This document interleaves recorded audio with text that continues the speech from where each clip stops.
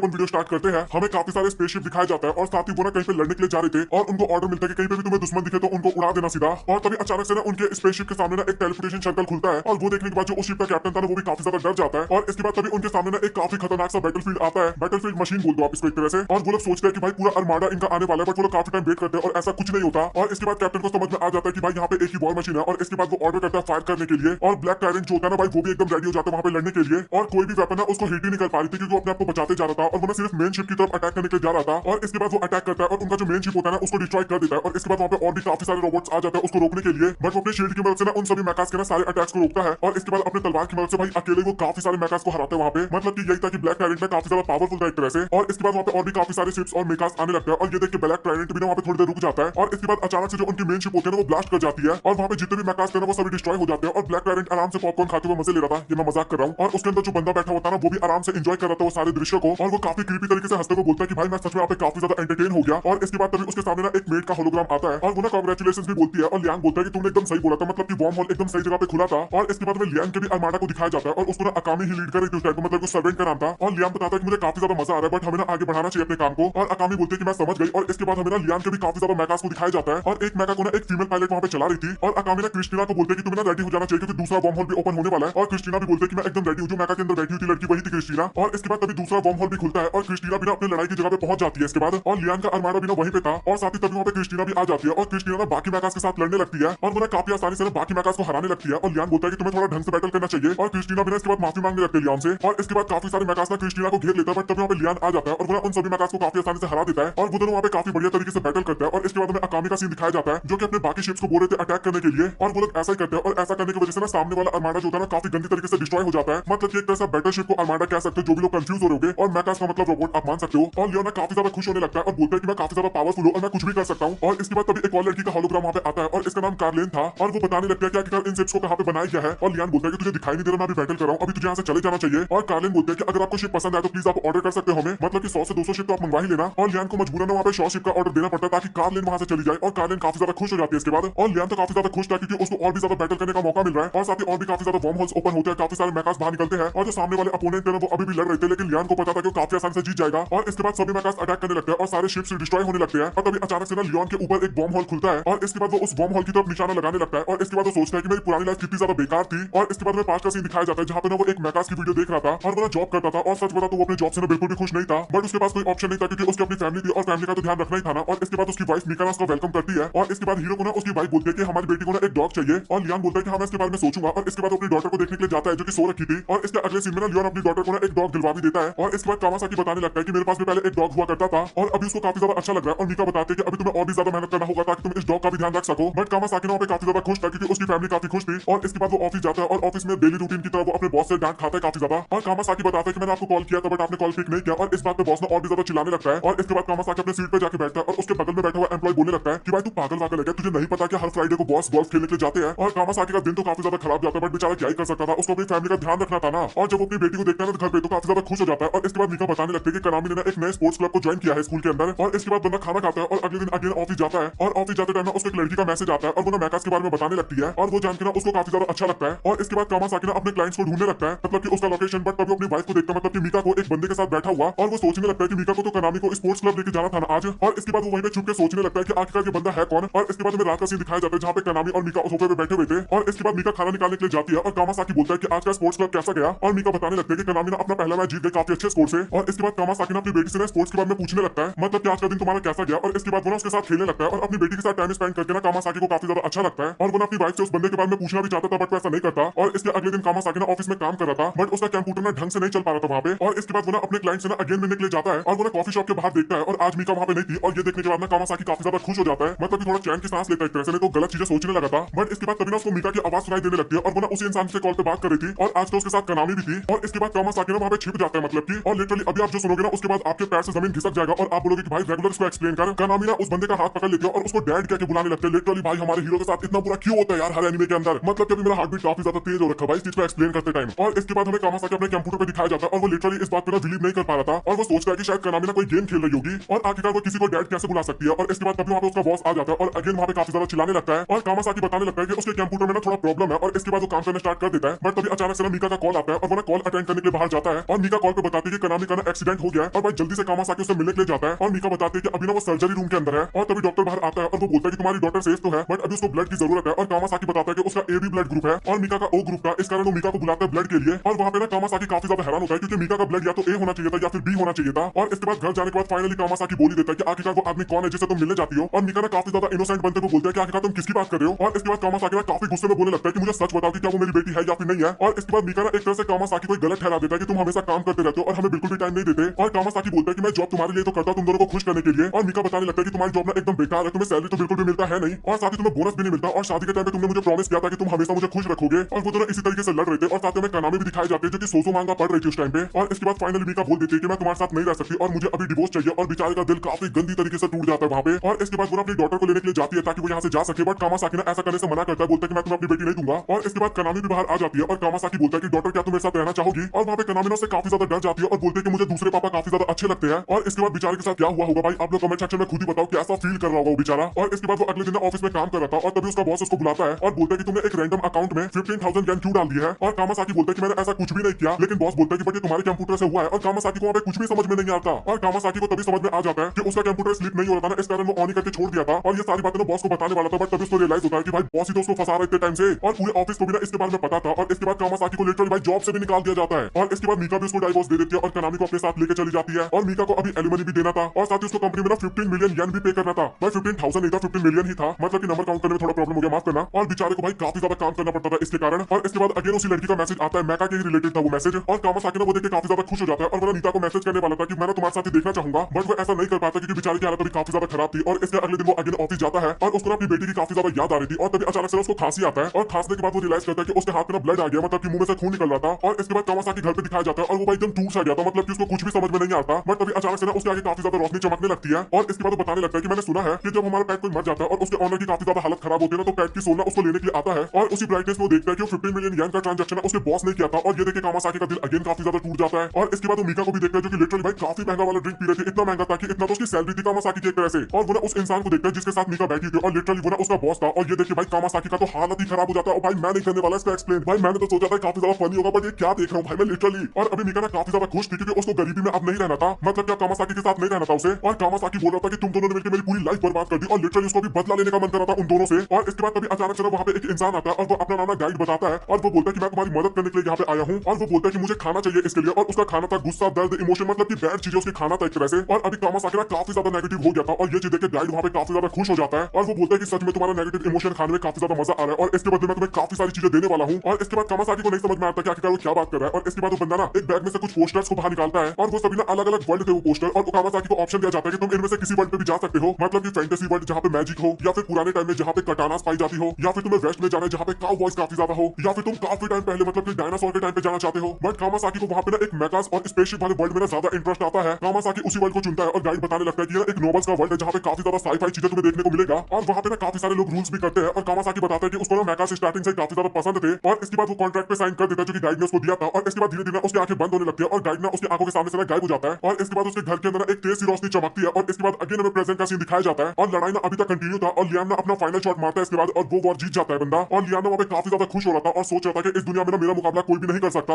और इसके बाद तभी उसका अरमांडा भी आ जाता है और लियाम ना अपने मेकास के साथ ना उस अरमांडा के अंदर चला जाता है। तो इसी के साथ फाइनली ये एपिसोड यहाँ पे होता है खत्म।